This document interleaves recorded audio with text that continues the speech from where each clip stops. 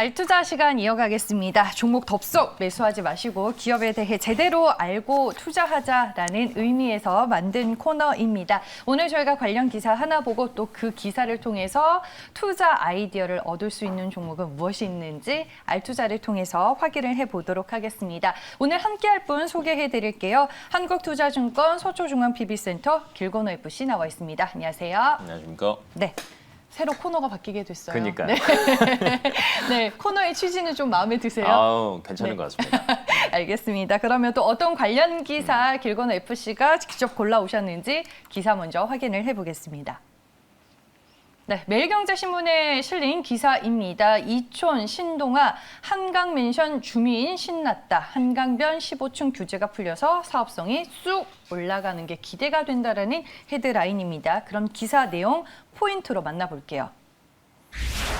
네, 서울시의 한강 르네상스가 재가동되는 분위기입니다. 곧 초고층의 길이 열려서 사업성이 지금 기대가 되고 있는 상황이고 재건축 진도가 늦었던 곳이 지금 혜택을 받을 것으로 예상이 되고 있습니다. 뭐 기사 헤드라인에도 동부 이촌동이 좀 언급이 맞아요. 되는 것 같은데 관련 기사 내용을 좀 먼저 풀어주시죠. 내용을 보면 이제 네. 기본적으로는 기존에 그 규제가 어떤 게 있었냐면 아파트를 짓되 한강에 가장 가까운 동 있잖아요. 거기는 굉장히 저층으로 지어야 돼요. 그러니까 높게 못 짓는다면서요. 맞아요. 15층 이하로 네. 짓다 보니까 사실 한강변이 너무 뷰가 좋은데요. 왔다 갔다 운전하시다 보시면 재건축 안 되는데 굉장히 많죠.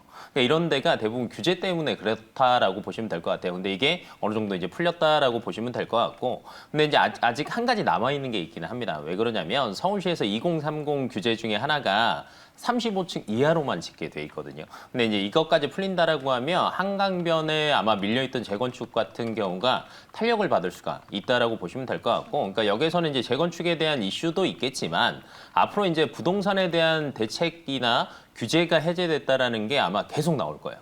왜 그러냐면 대선에 이제 최대 공약이 지금 아마 쟁점 중에 하나가 부동산이 되지 않을까라고 생각을 하고 있어서 관련 주가들이 그래도 조금 영향을 받지 않을까 생각하고 있습니다. 알겠습니다. 기사만 봤을 때는 시장에서 우리가 또 유추해 볼 수 있는 종목 건설과 재건축 관련주가 아닐까 싶은데 관련주 한번 만나보도록 하겠습니다. 뭐 대표적으로 GS건설, 현대건설, 대우건설, DLENC 등 대형 건설사들이 있겠고요. 뭐 서희건설과 벽선, KCC도 있고 NX도 재건축 관련주로 들어가게 됩니다. 총 8개 이제 관련주가 있는데 이 안에서 그러면은 탑픽으로 볼 만한 종목이 있는 거죠. 네, 뭐 있습니다. 이제 네. 현대건설을 저는 아마 얘기를 해볼 거긴 한데 이제 네. 건설 전반적으로 보면 나쁘지 않을 것 같고요. 그다음에 이제 포커스를 재건축보다는 그냥 건설 전반으로 한번 확대를 해보시는 게 저는 좋을 것 같아요. 왜냐하면 사실은 재건축이라는 게 인가받고 실질적으로 들어가는데 시간이 조금 걸려요. 그러다 네. 보면 이제 우선은 저희가 대선 공약에 조금 포커스를 한번 맞춰보셔야 되는데 사실 이제 부동산 정책이 실패했다는 얘기가 여기저기서 너무 많이 나오고 있잖아요. 왜냐하면 실질적으로 규제가 너무 많이 나왔는데 잡으려는 건 안 잡히고 심지어 이제 서울 수도권이 평균 아파트 매매가가 9억 원을 넘어섰거든요. 그러다 보니까 이 공약이 대선의 핵심이 부동산 공약이 대선의 핵심이 될 수도 있습니다. 그래서 이제 대선 후보들 이제 부동산 공약을 뭐 요약을 한번 해보자라고 하면 이낙연 후보 같은 경우는 서울공항 이전하면서 뭐 추가적으로 한 7만 호 정도 주택 공급을 하겠다. 라고 얘기를 하고 있고요. 이재명 지사 같은 경우에는 기본주택을 한 250만 채. 그러니까 기본주택이 뭐냐면 한 달에 60만 원만 내면 30년 정도 거주할 수 있게 하는 걸 기본주택이라고 하거든요. 그다음에 이제 정세균 후보나 유승민 후보도 마찬가지고 대부분 부동산 공약에 포커스를 맞추고 있고요. 이 공약의 또 핵심은 공급입니다. 그렇다라고 하면 올해 내년 이런 공약들이 계속 나오고 그다음에 내년이 지나게 되면은 분양시장 자체가 굉장히 좋아질 것으로 저희가 예상을 하고 있어서 어느 정도 수혜를 보지 않을까라고 예상을 하고 있는데 사실 네. 8월 들어서면서 건설업 지수가 정말 많이 빠졌어요. 맞아요. 저번 주까지 해서 네.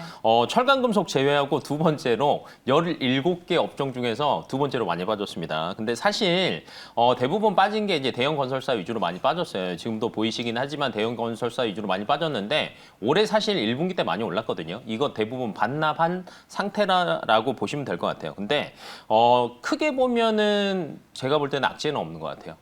그냥 최근 들어서 주가 자체가 별로 안 좋았잖아요. 그 영향이 여기까지 갔다라고 보여지고 있고, 근데 사실 보면은 국내 주택 자체가 우상향 국면으로 지금 바뀌고 있거든요. 하반기 들어서면서. 그리고 이제 국제유가 계속 상승하고 있잖아요. 그러다 보면 해외 수주도 분명히 늘어날 거거든요. 근데 이런 여러 가지 기존의 1분기 때 여러 가지 호재들이 아직까지도 유효한데 건설사 주가가 굉장히 많이 빠져 있습니다. 그래서 이제 저가 매수의 기회라고 한번 생각을 해보시는 게 어떨까 싶어서 기사를 한번 가지고 와봤습니다.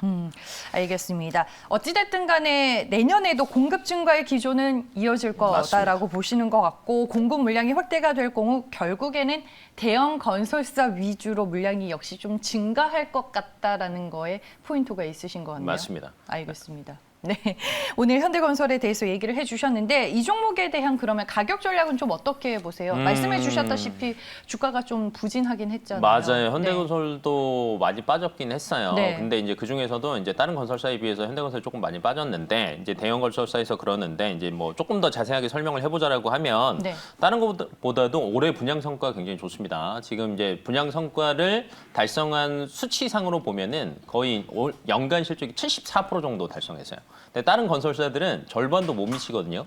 그래서 분양 성과 자체도 굉장히 좋을 것 같고요. 그다음에 3분기 중에 아마 실적 자체도 눈에 많이 보일 겁니다. 그리고 이제 하반기에 추가 해외 수주 소식이 굉장히 많이 들릴 것으로 예상을 하고 있어요. 왜 그러냐면 지금 크게 보면은 기대가 되는 게 카타르랑 발음이 너무 어렵네요. 사우디랑 예정이 되어 있는데 상반기 때 해외 수주 실적이 전 건설사를 다 포함해서 160억 달러 정도 되는데 하반기 때가 기대되는 게 80억 달러가 넘어요.